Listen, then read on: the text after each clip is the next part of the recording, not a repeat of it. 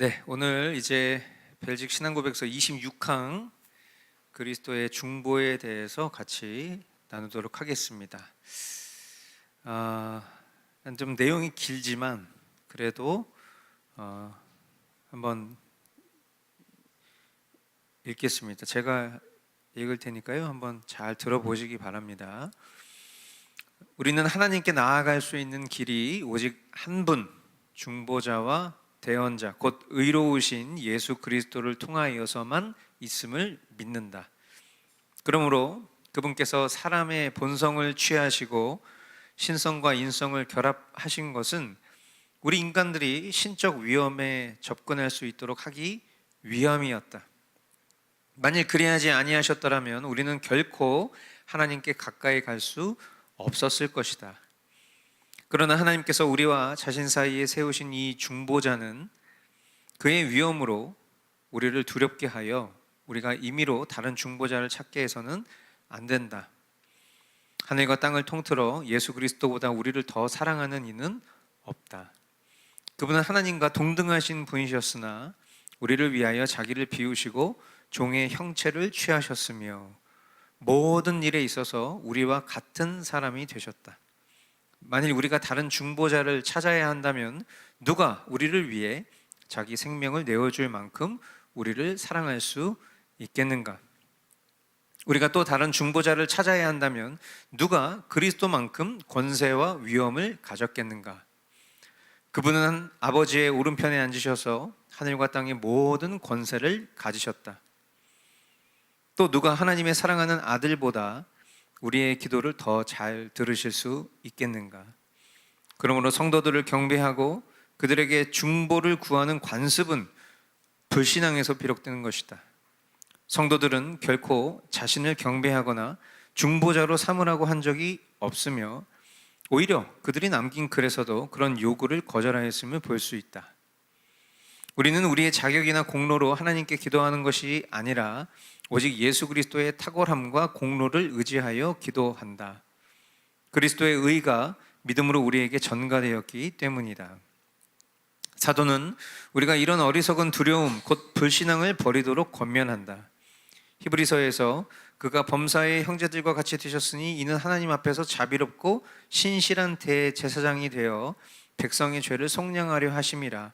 그가 시험을 받아 고난을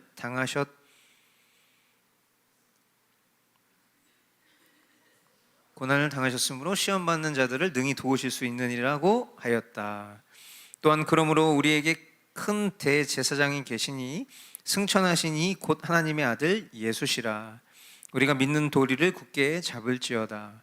우리에게 있는 대제사장은 우리의 연약함을 동정하지 못하실 리가 아니요 모든 일에 우리와 똑같이 시험을 받으신 이로되 죄는 없으시니라. 그러므로 우리는 긍휼하심을 받고 때를 따라 돕는 은혜를 얻기 위하여 은혜의 보좌 앞에 담대히 나아갈 것이니라고 하였다. 또한 그는 항상 살아계셔서 그들 하나님께 나아가는 자들을 위하여 간구하신다고 하였다. 그러므로 우리에게 더 필요한 것이 무엇이 있겠는가? 그리스도께서 친히 말씀하시기를 내가 곧 길이요 진리요 생명이니 나로 말미암지 않고는 아버지께로 올 자가 없느니라고 하셨다. 하나님께서 우리에게 그리스도를 중보자로 주셨으니 우리는 그분을 떠나 다른 중보자를 찾을 필요가 없다. 하나님께서는 우리가 죄인임을 아시고도 그리스도를 주셨다. 그러므로 우리는 그리스도의 명령을 따라 오직 그리스도를 통하여 하늘에 계신 아버지께 기도하며 주기도문에서 가르치신 대로 그리스도의 이름으로 아버지께 구하는 모든 것을 받을 것을 확신한다. 네, 지금 이제 우리가 읽은 이 고백은 우리가 지금 이제 26항을 보는 거잖아요. 그러니까 우리가 수많은 조항들을 봤지만 그냥 단순히 어떤 신학적인 정리를 넘어서 그리스도 중심의 복음 신앙이 무엇인가를 분명하게 선포하는 고백으로 우리가 인식할 수 있어야 할 것입니다. 이 도르트 신조와 또 벨직 신앙 고백서 같은 이런 신앙 고백서들이 나왔던 그 배경들을 우리가 다시 한번 떠올려 보면 그 16세기 초에 종교개혁의 불길이 막 강력하고 거세게 일어났던 그때 거짓된 중보제도, 거짓된 중보자 제도를 거부하고 오직 예수님만이 우리의 유일한 중보자이시다 라는 것을 외쳤던, 생명을 다해서 외쳤던 그런 선조들의 외침의 고백이 담겨져 있는 것이 지금 우리가 본 이런 내용들인 거죠. 특히 이 벨직 신앙 고백서를 기록한 분이 누구였죠? 제가 늘 얘기했잖아요. 몰라도 됩니다. 그 사람 이름 알아서 뭐 어떡할 겁니까? 귀도 드브레, 그죠? 이 귀도 드브레라는 사람이 이 신앙 고백서를 정리한 거죠. 그런데 이 내용이 중요한 거죠.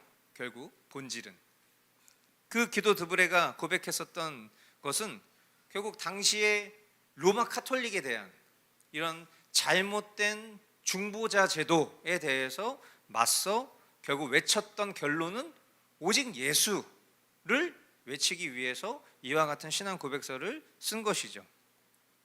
로마 카톨릭의 잘못된 중보자 제도라는 것은 결국 대표적으로 성모 마리아와 또 수많은 성인들 그리고 사제 제도를 통해서 하나님과 인간 사이에 또 다른 중보자를 두었고, 그리고 그리스도의 완전한 사역이라고 말하는 그 모든 것들을 이와 같은 또 다른 중보자 제도를 둠으로 인해서 무색하게 만든 것에 대항하는 그런 싸움이었던 것입니다. 그렇기 때문에 그 시절의 성도들은 단순히 어떤 이런 막 누군가가 이런 교리문답이나 또 이런 신앙 고백서를 일컬어서 아니 뭐 그런 신앙적인 어떤 신학적인 지식들을 성도들에게 가르쳐서 뭐 합니까? 뭐 이런 식으로 표현을 해요. 그런데 엄밀히 생각해 보면 지금 우리는 이것을 어떻게 보면 신학적인 지식으로 받아들이고 있는 시간일지 모르겠지만, 그러나 이 신앙 고백서를 기록했던 그들은 신학적인 논쟁을 한 것이 아니라 이 고백 때문에 감옥에 갇히고 이 고백 때문에 고문을 당하고 심지어 순교를 당하는 그 길로 갔던 겁니다. 그러니까 결국 이것은 우리에게 그대로 질문으로 다가오는 거예요. 오늘 우리는 진실로 예수님만을 우리의 유일한 중보자로 고백하고 있는가? 동일한 질문 앞에 우리가 함께 서 있다라는 것을 기억하시면서 오늘 이 내용들을 잠시 알아보도록 하겠습니다. 제가 이제 내용을 읽었고 여러분들이 같이 눈으로 읽으시면서 들으셨을 텐데, 여기서 다룬 그 내용의 요약을 제가 교환에 실었습니다. 먼저 첫 번째, 우리는 오직 예수 그리스도를 통해서만 하나님께 나아갈 수 있음을 믿는다. 그러니까 이 간결한 문장 속에 복음의 핵심이 담겨져 있는 것이죠. 우리가 하나님께 나아갈 수 있는 이유와 근거는 우리의 어떤 선함이나 또는 우리의 경건함 때문이 아니라 예수 그리스도의 중보 사역 때문이다라는 것입니다. 예수님은 신성과 인성을 모두 가지신 분으로 우리를 위해 자신을 낮추셨고 우리를 하나님께 인도하신다. 예수님이 신성과 인성을 지녔다라는 것을 잘 이해하기 어려운 분들은 그게 왜 그렇게 중요하지? 그렇게 생각하실 수 있을 겁니다. 단편적으로 생각해 보면, 좀 심플하게 이해하려고 노력하면서 그 부분을 생각하려고 해보면 이런 거죠.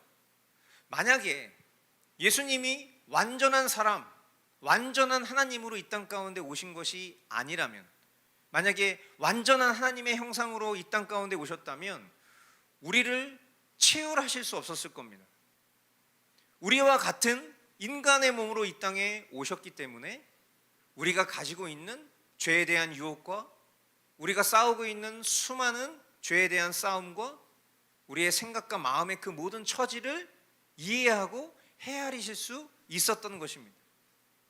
그러나 죄가 없으신 참 사람이신 하나님은 동시에 참 하나님이시기 때문에 그 하나님의 사랑과 공의로 우리를 채울하고 그리고 그 속에서 하나님의 그 경륜을 이루어 가실 수 있었던 겁니다. 그렇기 때문에 예수님보다 우리를 더 사랑하시는 분은 없다. 오늘 우리가 찬양으로 고백했었던 것처럼 주님과 같은 분은 없다라고 고백하는 것은 어떤 감성 논리 속에서 나오는 그런 고백이 아니라 실제인 거예요.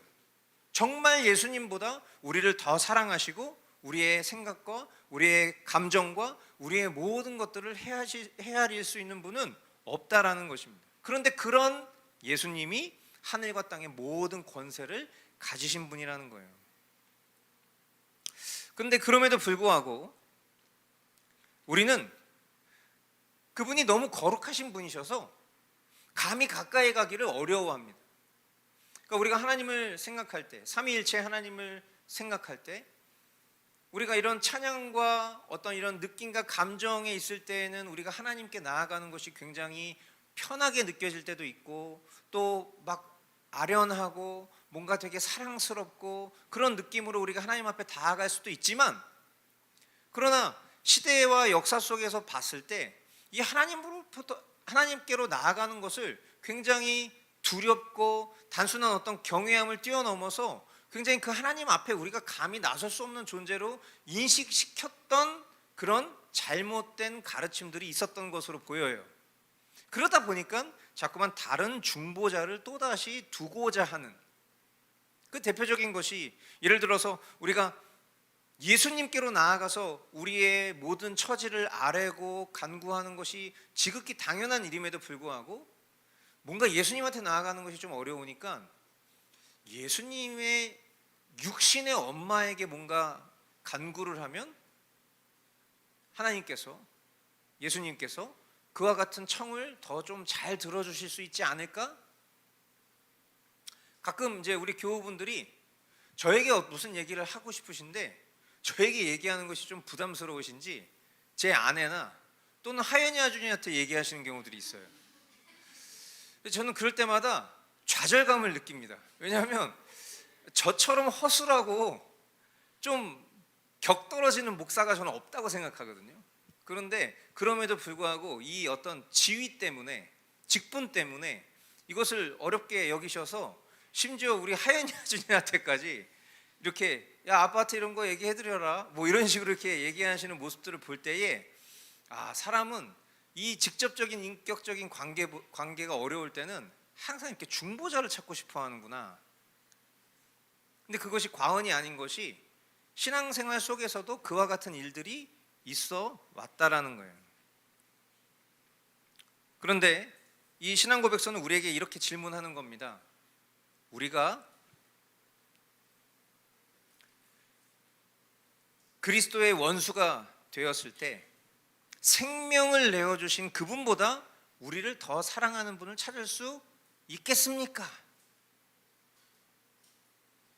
우리보다, 우리 자신보다, 또한 우리의 그 어떤 원수보다, 심지어 우리가 그리스도를 원수처럼 여기고 살아가는 그 순간 속에서도 우리를 그보다 더 사랑하는 분을 찾을 수 있느냐, 예수님보다 우리를 더 사랑하는 분을 찾을 수가 있느냐, 그렇게 질문하는 것이죠. 그러니까 우리가 스스로 되게 무가치하다라고 느껴질 때도 있고, 또 우리가 주님께로 나아가 뭔가 기도하는 것도 내가 지금 무슨 기도야, 내가 기도할 그런 자격이 없어, 내가 무슨 낯짝으로 하나님 앞에 기도를 해, 뭔가 하나님 앞에 나아갈 자격이 없다고 느낄 때가 있지만, 바로 그런 우리를 위해서, 우리를 다 아시고 예수님은 자기를 비워 종의 형체를 입으시고 우리의 죄를 대신하여 죽으셨다. 그래서 그것뿐만이 아니라 지금 이 순간에도 우리를 위해서 기도하시고 우리를 하나님 앞에서 유일한 중보자로서 변호하시고 우리가 담대히 하나님께로 나아갈 수 있는 은혜의 문을 여시는 분, 그분이 바로 예수 그리스도이시다라는 것이 오늘 우리가 읽었었던 이 26항의 내용의 요약이다, 그렇게 보실 수 있겠습니다. 그럼 이제 우리가 이 내용을 가지고 이 내용 속에 담겨져 있는 성경적인 근거 그리고 신학적인 의미를 간단히 살펴보도록 하겠습니다. 자, 성경적인 근거로 수많은 말씀이 있지만 그 중에서 대표적으로 이 세 구절을 담아 봤습니다.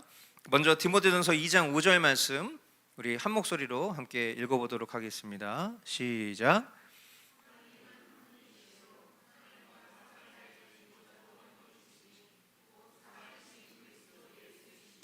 아멘. 하나님은 한 분이시요, 그 한 분 대신 하나님과 사람 사이의 중보자도 한 분이신데 그 분이 누구냐? 사람이신 그리스도 예수이시다 라고 얘기했습니다. 그러니까 한마디로 이 말씀을 이해 못하시는 분은 없겠죠? 하나님과 우리 사이의 중보자는 한 분이시다, 그분이 예수님이시다 라는 것입니다. 히브리서 7장 25절도 한 목소리로 읽겠습니다. 따라서 시작.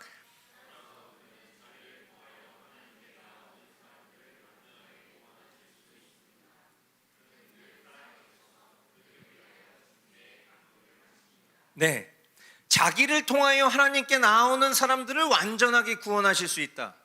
완전한 구원은 예수 그리스도를 통해서만 하나님께로 나아가는 사람에게 임하는 것이 완전한 구원이다.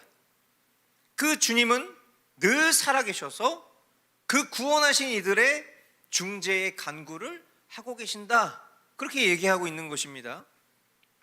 그리고 우리 어린아이들도 이해할 수 있는 중보자의 가장 핵심 구절이라고 할 수 있는 요한복음 14장 6절 같이 한 목소리로 읽겠습니다. 시작.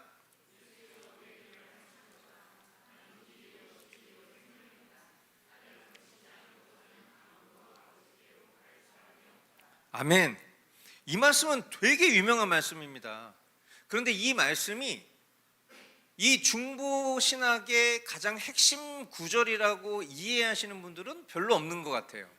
나는 길이요 진리요 생명이니 나로 말미암지 않고서는 아버지께로 올 자가 없느니라, 다 암송할 수 있는 그런 말씀인데 도대체 이게 무엇을 강조하기 위한 말씀인지를 깊이 생각하지 않고 그냥 그 말씀이 되게 유명한 말씀이니까 때때마다 나의 처지와 형편에 맞춰서 묵상했었던 말씀으로 이해하는 경우들이 많은데, 이 말씀은 예수님이 아니면 하나님께로 갈 수 있는 방법이 없다. 단순히 구원의 방편으로서의 어떤 구원의 문으로서의 예수님을 이야기하는 것뿐만이 아니라 중보자로서 하나님과 인간 사이를 연결할 수 있는 그 중보의 통로는 예수님 외에는 없다라는 것을 설명하고 있는 말씀인 것입니다. 그러니까 이런 성경적 근거를 토대로 해서 이와 같은 교리가 나온 것이다 라는 것을 우리 교우분들은 다 이해하실 수 있으면 좋겠습니다. 그 속에 담겨져 있는 신학적 의미도 보도록 하겠습니다. 먼저 첫 번째, 신성과 인성의 연합, 이것을 우리가 한 단어로 표현하면 성육신, 그렇게 표현하는 것이죠. 우리가 잘 아는 바와 같이 예수님은 신성과 인성이 완전하게 결합되신 분이십니다. 우리는 날 때부터 모태신앙으로 신앙생활했거나 아니면 교회에서 어떤 신학적인 사고 체계 속에서 신앙생활한 것이 아니라면 대체적으로 많은 분들은 이것을 논리나 이성적인 체계로 이해하고 있지 않습니다. 거의 대부분 그냥 이것을 그냥 흡수하고 받아들였습니다. 그런데 흡수하고 받아들인 상태에서 만약에 기독교 신앙에 대한 변증을 요구하는 자리 또는 그런 만남 속에서 누군가가 예수는 그냥 사람일 뿐이지, 또는 예수는 신화 속에 나오는 허구적 인물일 뿐이지, 만약에 이런 식으로 누군가가 우리에게 질문 또는 공격을 한다면 그것에 대해서 대체적으로 반응하지 못합니다.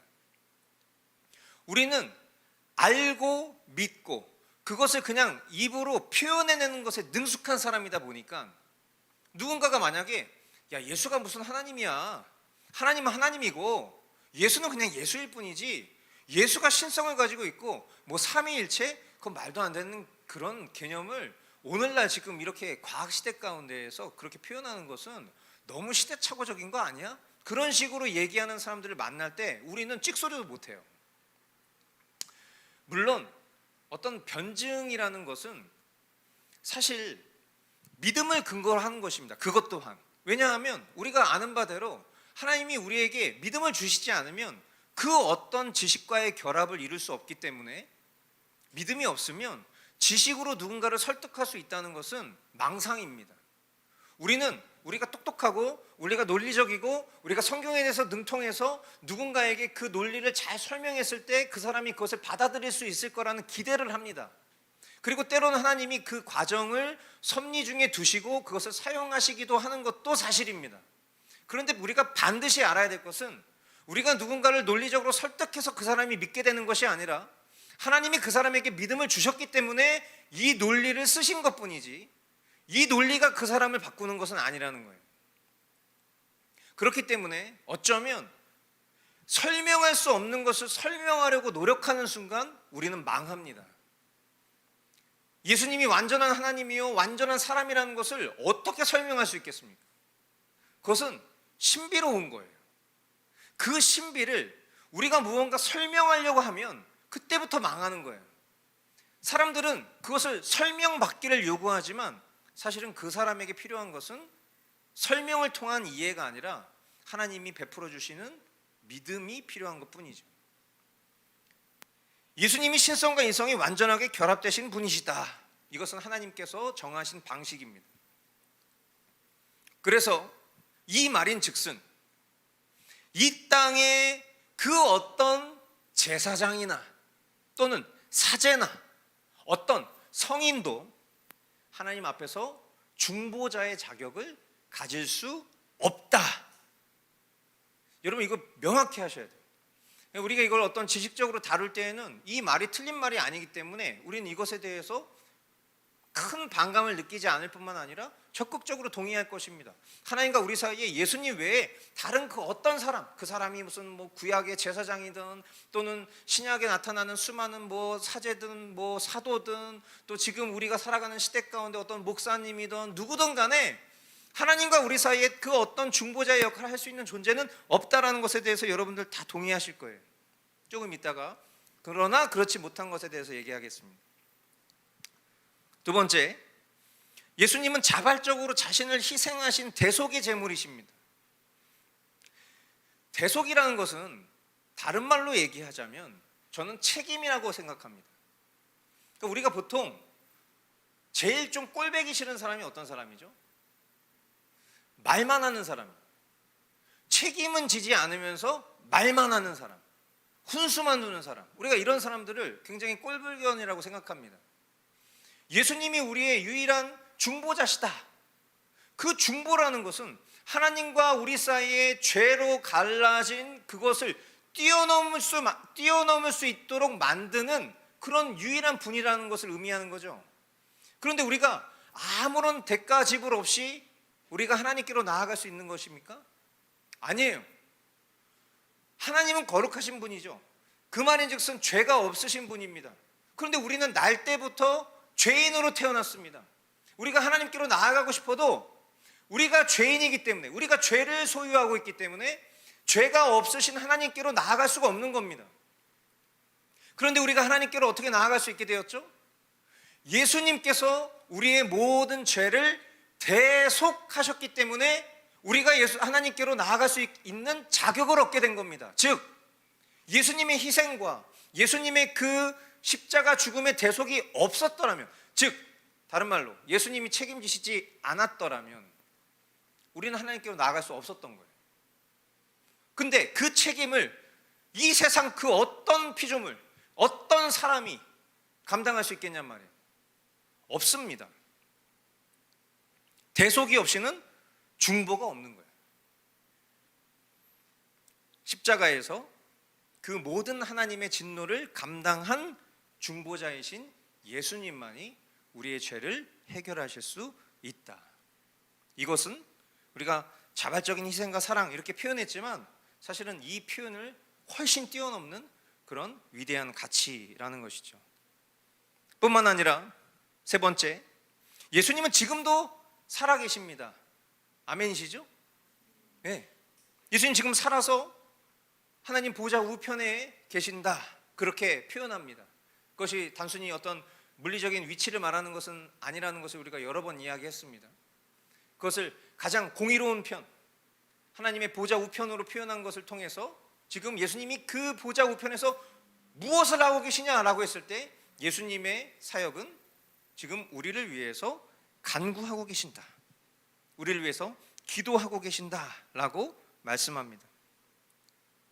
그래서 히브리서 4장 15절에서 16절 말씀은 우리에게 있는 대제사장은 우리의 연약함을 체휼하지 아니하는 자가 아니요 그러므로 은혜의 보좌 앞에 담대히 나아갈 것이니라, 이렇게 말씀하심을 통해서 예수님은 단지 그냥 하늘에 계신 중보자뿐만이 아니라 우리의 고난의 자리와 또 눈물의 자리, 또 외로움의 자리에서 우리를 체휼하시고 하나님께로 나아갈 수 있는 자격을 부여하시는 분이시다라는 것을 우리가 신학적인 의미로 잘 이 중보자의 개념을 이해할 수 있어야 될 것입니다. 자, 이 우리가 읽은 신앙고백서의 이 26항의 내용 가운데 특별히 우리가 좀 염두에 봐야 될 중요한 내용이 한 가지가 있는데, 바로 다른 중보자를 찾지 말라는 의미에 대해서 우리가 좀 이해해야 됩니다.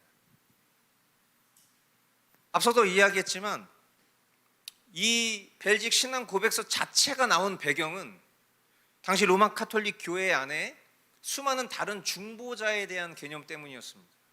그러니까 우리가 이 종교 개혁이 발발했었던 그런 이유를 이야기했을 때 결국 그 종교 개혁의 이유가 무엇 때문이었냐?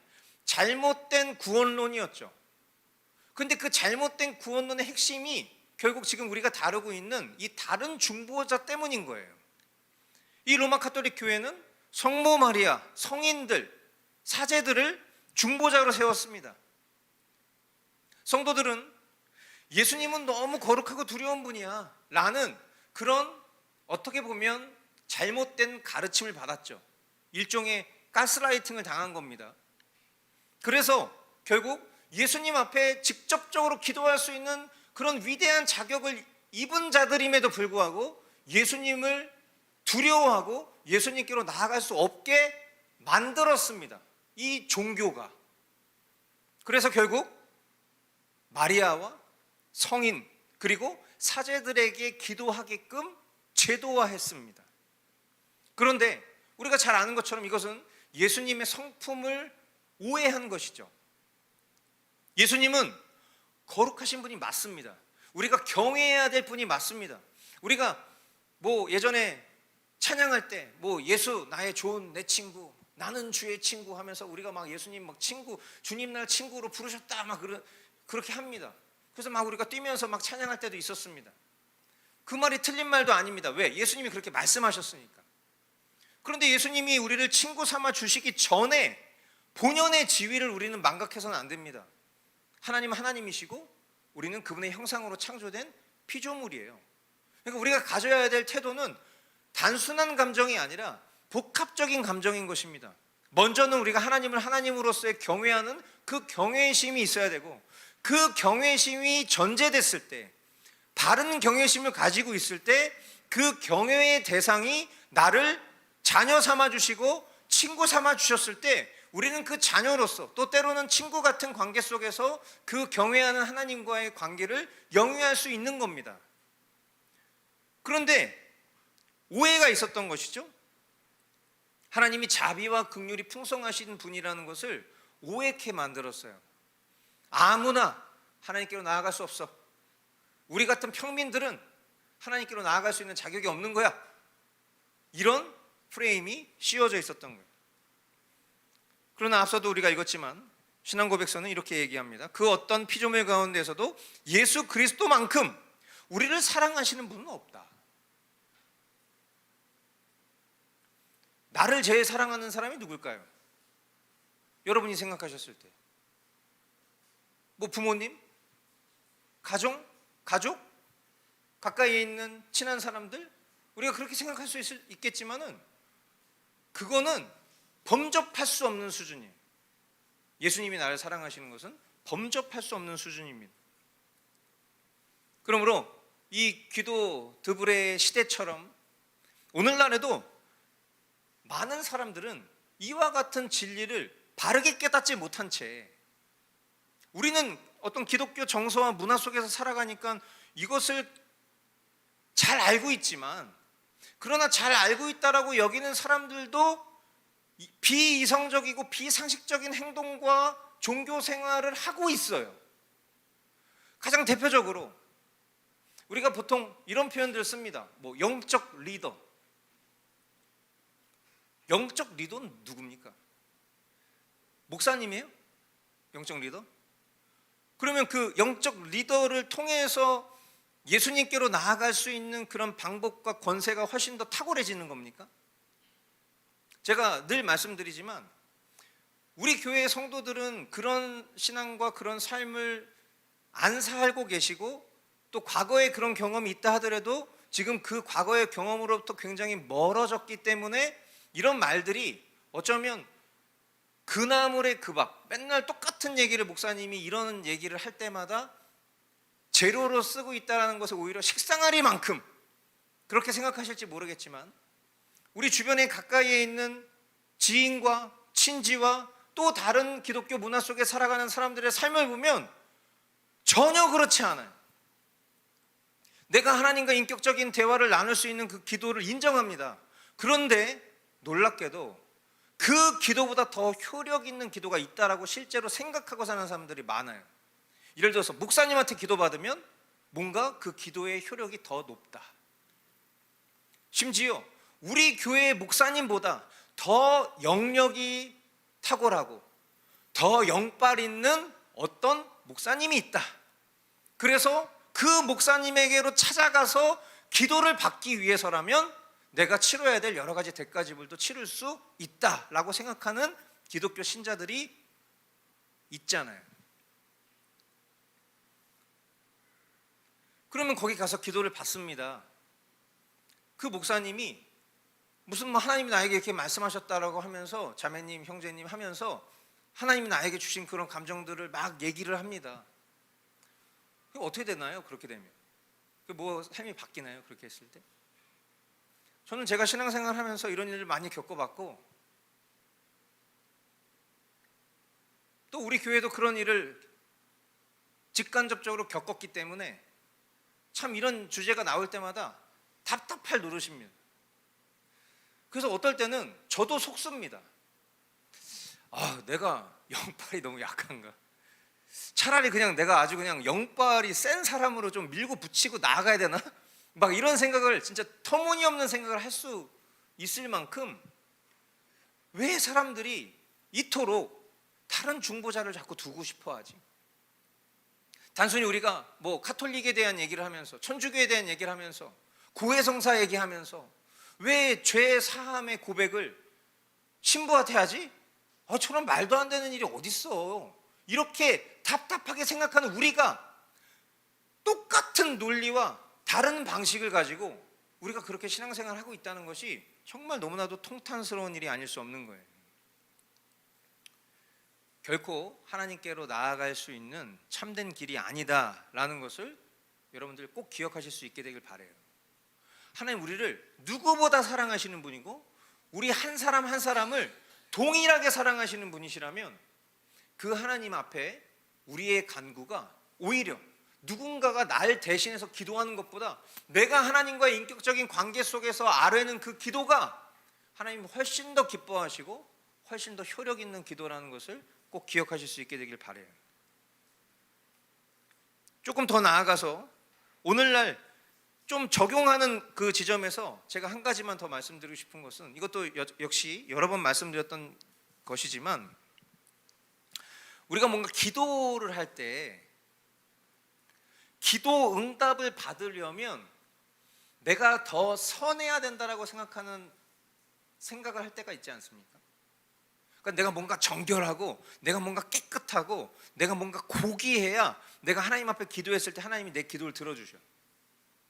뭔가 내 삶 속에 내가 바라고 원하지 않는 방식으로 이루어졌을 때 그 이유와 원인을, 내가 지금 뭔가 하나님 앞에 잘못 살고 있기 때문에 하나님이 지금 나를 벌하시기 위해서, 하나님이 내 청을 듣지 않으시는 그런 감정 때문에 지금 이런 내가 원하는, 내가 바라는 기도 응답이 이루어지지 않은 거야 라고 혹시 생각하는 감정이 있지 않을까요? 사실 이것도 단순한 감정으로 생각할 부분이 아니라 이것도 다른 중보자의 의미예요. 만약에 하나님이 지금 우리가 생각하는 수준으로 일하시는 분이시라면 하나님은 하나님이 아닙니다. 하나님의 속성은 절대 그렇지 않습니다. 우리가 알다시피 오늘 우리가 일부 공동체 예배를 통해서도 봤듯이 하나님, 우리가 연약하고 우리가 하나님을 대적하고 우리가 연약할 때에도 이미 그런 우리의 존재를 다 아시고 우리를 구원하셨습니다. 그것은 구원과 우리의 삶의 응답을 분리시켜서는 안 되는 거예요. 하나님 우리를 구원하셨다는 것은 단순히 너가 앞으로 어떤 짓을 하든지 간에 그런 거랑 상관없이, 네 꼬라지랑 상관없이 그냥 너는 일단은 천국 보내주는 거야, 이게 아니에요. 하나님은 우리의 전 존재를 다 아시고 헤아리시고 우리를 가장 귀한 것으로, 가장 좋은 것으로 인도하시겠다는 약속이 다 담겨져 있는 구원인 것입니다. 오히려 우리가 연약할 때에, 우리가 죄악된 모습을 갖고 있을 때에, 그럼에도 불구하고 우리가 하나님 앞에 기도하는 것을 하나님 기뻐하실 것입니다. 그러므로 우리의 어떤 그런 미신적인 태도, 그런 태도로 우리가 하나님을 오해해서는 안 될 것입니다. 내가 뭔가 회개를 덜 했기 때문에 하나님께 나아갈 수 없어, 이런 마음들 다 미신적인 태도예요. 그거는 진짜 무속신앙 같은 생각이죠. 뿐만 아니라 우리가 중보 기도라는 표현, 제가 여러 번 말씀드렸지만 중보 기도라는 표현이 저는 진짜 위험한 대중적인 언어라고 생각합니다. 그러니까 우리가 어떤 논리적인 것, 이성적인 것을 추구할 때 사실은 이런 지점에서 우리가 조금 생각을 할 수 있어야 되는데, 우리가 신앙생활뿐만이 아니라 우리가 일상을 살아가는 삶 속에서도 이거 조금 이상한데, 하지만 대부분의 많은 사람들이 다 그것을 쓰거나 통용하면 우리는 그 이상함을 오히려 자책하면서 내가 좀 잘못된 건가? 내가 조금 까다로운 건가? 내가 너무 심각한 건가? 괜히 뭐 분위기 이상하게 만들지 말고 그냥 남들 하는 대로 다 그냥 해야지. 뭐 그냥 그런 거 뭐 일일이 다 따져서 하면 뭐 어떻게 해, 피곤하게. 그냥 뭐 그렇게 살아야지. 이런 식으로 생각하면서 사는 일들이 되게 많아요. 근데 여러분, 중보기도라는 표현이 무슨 의미입니까? 권사님, 제가 권사님 위해서 중보할게요. 우리 이렇게 얘기하면 그 표현을 되게 아름답게 우리는 당연히 받아들였습니다. 내가 널 위해서 중보할게. 고마워. 날 위해서 꼭 중보해줘. 이게 기독교 언어에 맞다고 생각하세요? 지금 우리는 무슨 주제를 이야기하고 있죠? 다른 중보자가 없다고 얘기하고 있어요. 하나님과 우리 사이에 다른 중보자가 없다. 근데 그 의미는 무슨 의미인지는 압니다. 내가 널 위해서 중보할게, 이 말인즉슨 내가 널 위해서 기도할게. 그렇죠? 누구에게 기도하는 거예요? 주님께. 어떻게 기도하는 거죠? 우리 권사님이 이런 어려움이 있는데 하나님 기도합니다. 이 어려움에서 빨리 잘 해결될 수 있도록 도와주세요 라고 기도할 것에 대한 약속을 이 사람한테 내가 널 위해서 중보할게, 내가 권사님 위해서 기도하겠습니다, 중보하겠습니다, 이렇게 얘기한 거잖아요. 그러니까 사실은 그 의미 자체는 좋은 거죠. 그런데 그 단어 선택은 완전 틀린 거예요. 하나님과 우리 사이에 다른 중보자가 없다고 우리가 이것에 대해서 강권적으로 얘기하고 있어요. 서두에 제가 나중에 다시 얘기하겠다고 말했었던 그 지점이 바로 이겁니다. 하나님과 우리 사이에 다른 중보자가 없는데 우리가 중보자의 노릇을 하고 있어요. 내가 널 위해서 중보할게. 저는 이렇게 생각합니다. 제가 학부 다닐 때, 그러니까 학부 다닐 때가 제가 2004년 5년도니까 지금으로부터 거의 20년 전입니다. 그때 저희 학교의 교수님 중에 이런 기독교 바른 언어를 쓰기 위한 운동을 하시는 교수님이 있었고, 그분이 쓴 책이 베스트셀러였어요. 근데 그분 수업을 들으면서 그분이 우리가 잘못된 용어들을 너무 많이 쓰고 있습니다 라고 하면서 그때 이 중보라는 단어가 잘못됐다는 것을 학우들에게 가르치셨어요. 이제 그 얘기를 들었을 때 대부분의 많은 사람들이 어떻게 받아들였냐면, 좋은 성적을 얻기 위해서 저분이 하는 얘기를 받아주고, 하지만 내가 저분이 하는 그 주장을 바꿀 의향은 없다라는 아마 인식으로 다 대부분 들었을 거라고 생각해요. 그리고 실제로 교단 내에서도 바른 용어를 쓰기 위한 캠페인과 노력들이 있었어요. 근데 어느 시점부터 사람들은 이렇게 주장하기 시작했어요. 자, 우리가 이런 어떤 신학적인 논쟁 때문에 소모되는 것보다는 그냥 그 정신을 잘 이해하고 헤아리되 우리에게 익숙한 용어로 받아들입시다. 그래서 한때는 막 한국 교회 내에서 중보기도 잘못된 표현이니까 우리 도고기도라고 씁시다. 그게 조금 바른 의미니까. 근데 어떤 사람이 제가 도고기도 하겠습니다. 도고기도가 뭐예요? 이거를 설명하는 에너지를 너무 많이 쓰는 거예요. 그러니까 이거를 쓰는 그 인고의 시간을 감당하는 것보다는 그냥 중보하겠습니다. 그럼 다 알아들으니까 이거 바꿀 의지와 어떤 그런 에너지를 쓸 필요가 없으니까. 그러니까 결국 바른 거를 가르치고 그 속에서 담겨진 우리도 의도하지 않았던 불필요한 잘못된 그런 신학적인 내용을 우리가 실제로 살고 있는 것을 바로잡기 위한 노력을 더 이상 하지 못하는 상황이 온 거죠. 근데 사실 우리가 믿고 있는, 그리고 우리 이 개신교가 신앙하고 있는 가장 중요한 핵심 중에 그 원천이라고 말할 수 있는 다른 중보자가 없다라는 그 관점을 우리가 오히려 좋은 의미로 쓰고 있는 중보기도라는 표현 속에서 마치 내가 그 중보자의 자리를 차지하고 있는 것이라는 것을 이해하지 못하고 있는 거예요. 내가 널 위해서 기도할게. 이 한마디로 충분합니다. 내가 널 응원할게. 충분합니다. 굳이 중보라는 단어를 거기에 갖다 붙일 이유가 없어요. 중보 사역. 진짜 웃긴 말이에요. 중보 기도. 진짜 웃긴 말. 그래서 우리가 이런 어떤 오늘날 우리가 다른 중보자를 찾지 말자. 지금 이 26항 하나 속에 담겨져 있는 이 내용 가운데 실질적으로 우리가 신앙하는 삶 속에서 적용해야 되는 지점은 사실 이런 거라고 저는 생각해요. 우리가 이 개념을 부정하지 않잖아요. 예수님 외에 다른 길이 없다. 아버지께로 나아갈 다른 길이 없다. 우리가 이걸 부정하는 사람들이 아니거든. 근데 오히려 우리에게 필요한 것은 실천적인 적용으로서 우리가 다른 사람과 하나님 사이에 중보사 노릇을 하면 안 된다. 설령 그것이 그런 의미가 아니다 할지라도 우리가 이 바른 의미를 알았다면 바른 의미대로 이 중보라는 단어를 사용할 수 있어야 된다라는 것을 꼭 기억하실 수 있게 되길 바랍니다. 자, 실천적 적용에 대해서 세 가지로 나누도록 하겠습니다. 먼저 첫 번째는 기도의 특권입니다. 우리가 기도할 때 예수님의 이름으로 기도합니다. 이렇게 기도합니다. 그죠? 그것이 중보의 의미를 가장 잘 담고 있는 표현입니다. 그러니까 예전에 우리 예림이가 작년인가 재작년인가 어렸을 때 그 기도하는데 하나님, 예수님, 성령님의 이름으로 기도합니다. 이렇게 해가지고 제가 예림이한테 이렇게 기도해야 돼라고 이제 부모님에게 이렇게 가르쳐 주십시오라고 얘기한 적이 있어요. 근데 그때 왜 하나님, 예수님, 성령님의 이름으로는 기도하면 안 돼요? 왜 꼭 예수님의 이름으로만 기도해야 돼요? 라고 했을 때 왜 우리가 기도할 때 왜 예수님의 이름으로만 기도해야 됩니까? 우리 기도의 대상이 누구죠? 하나님이십니다. 그렇죠?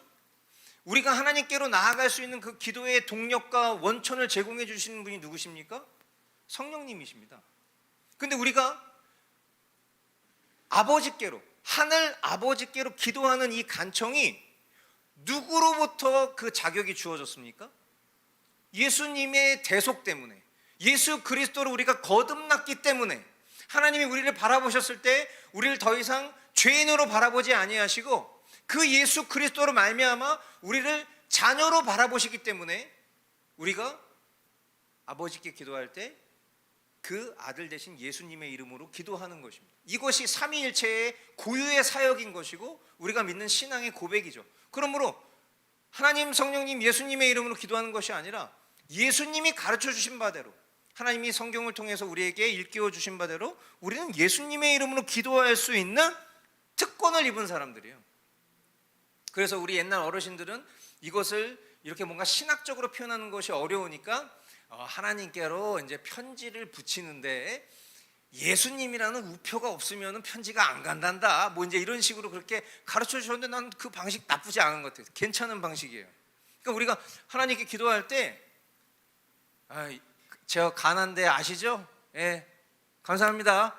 이렇게 기도하는 것이 우리의 심정일지 몰라도 하나님이 우리를 바라보셨을 때는 예수 그리스도를 통해서, 이 중보자 되신 예수 그리스도를 통해서 우리를 받으시는 것이기 때문에 우리가 그 예수님의 고백으로, 예수님의 이름으로 기도하는 것, 이것이 특권이며 의무다라는 것을 꼭 기억하실 수 있게 되길 바라요. 예수님이 우리의 중보자이시면서 동시에 대언자, 우리를 대신하여서 하나님께로 변호하시는 분이라는 사실을 기억하셨으면 좋겠습니다. 두 번째, 신앙의 자유와 확신.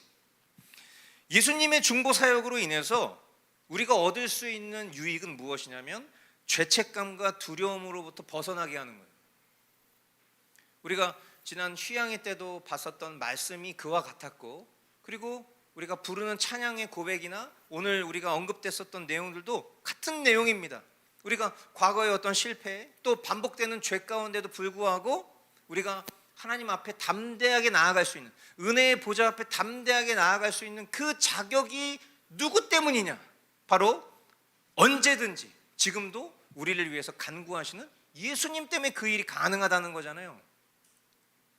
그러므로 예수님의 중보 사역이 없었더라면 우리는 우리가 신앙생활하는 가운데에서 그 어떤 자유함도, 그 어떤 구원의 확신도 누리지 못했을 텐데, 우리가 죄악 가운데 있어도 하나님, 이 한마디의 기도를 시작할 수 있는 그 힘도 바로 예수님의 중보 사역 때문이고, 그리고 내가 그 어떤 죄악 가운데, 그 어떤 잘못 가운데 놓여져 있다 할지라도 그럼에도 불구하고 하나님이 나를 포기하시지 않아 라는 확신도 그냥 어떤 나의 느낌이나 자기 확신 때문이 아니라 바로 예수님의 중보 사역 때문이라는, 날 위해서 이 세상에 존재하는 그 어떤 유능한 변호사보다 가장 확실한 변호사이신 예수님이 하나님과 우리 사이를 대언하고 계신다라는 것, 그 사실을 우리가 기억해야 할 것입니다.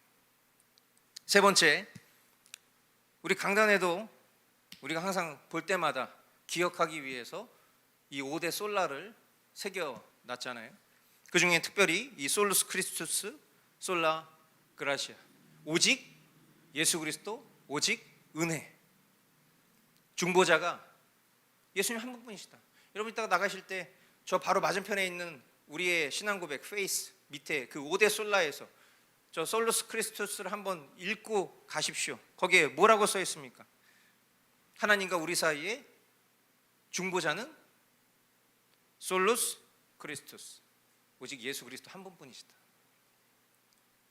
그리고 그것이 결국 하나님이 은혜 없이는 우리가 하나님께로 나아갈 수 없는 그 모든 자격의 원천이시다.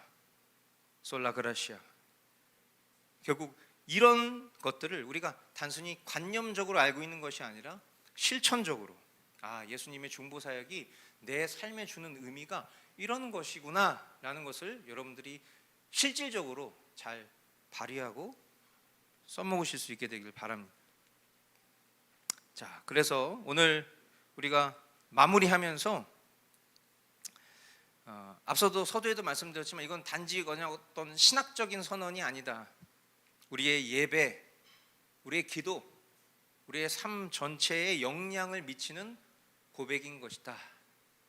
예수님 지금도 살아계셔서 지금 이 순간에도 우리를 위해서 중보하고 계시는 완전한 대제사장이시다.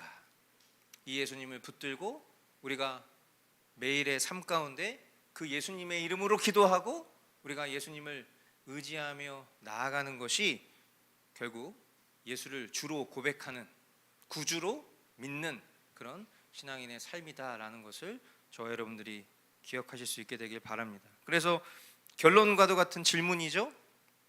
나는 예수님의 중보 사역을 실제로 어떻게 경험하고 있나요?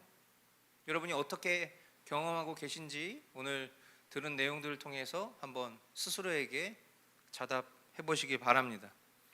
혹시 예수님 외에 내가 의지하는 다른 중보자는 있지는 않나요? 이 부분이 우리가 참 연약한 부분이죠. 결정적인 순간에 예수님을 의지하기보다는 사람을 더 의지하고 내 고민과 내 어려움의 문제들을 하나님께로 나아가 간구하고 기도하기보다는 전화통을 붙잡는 거예요. 카톡을 하는 거예요. 이제는 챗 GPT에게도 물어보고. 예수님의 중보 사역이 내 기도와 일상에 어떤 자유와 확신을 주나요? 실질적으로 부여된 그 자유와 확신을 누리기보다는 여전히 계속하여 억압과 불확실 속에서 혹시 살아가고 있지는 않은지 오늘 우리가 나눈 이 교리의 내용들을 통해서 여러분 한번 답해 보실 수 있게 되기를 바랍니다. 네, 질문 있으시면 우리 질문 받도록 하겠습니다.